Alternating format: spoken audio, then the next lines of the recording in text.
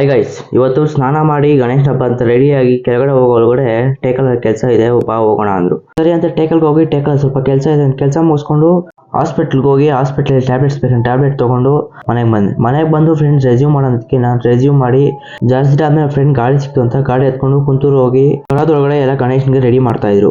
ಅವ್ರ ಜೊತೆ ಜಾಯ್ನ್ ಆದೆ. ಸ್ವಲ್ಪ ಡೆಕೋರೇಷನ್ ಮಾಡಿ ಮುಗಿಸಿ ಗಣೇಶ ಬಿಡೋ ಜಲ್ದಿಗೆ ಡಿಸ್ಕಷನ್ ಮಾಡ್ತಾ ಇದ್ರು.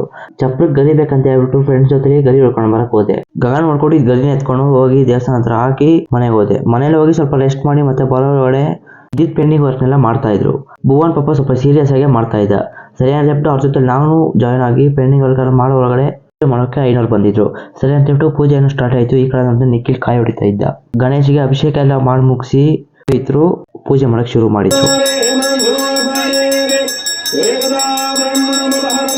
ಪೂಜೆ ಎಲ್ಲ ಚೆನ್ನಾಗಿ ಮುಗಿಸಿ ಪೂಜಾರಿ ಹತ್ರ ತೀರ್ಥ ತಗೊಂಡು ಗಣೇಶನಿಗೆ ನಮಸ್ಕಾರ ಹಾಕಂತ ನಾನು ಪ್ರಸಾದ ತಗೊಂಡು ಪ್ರಸಾದ ತಿಂದು ಬಿಟ್ಟು ಮನೆಗೆ ಬಂದೆ. ಇವತ್ತಿನ ಇಷ್ಟ ಗೈಸ್, ಮತ್ತೆ ನಾಳೆ ಸಿಗೋಣ.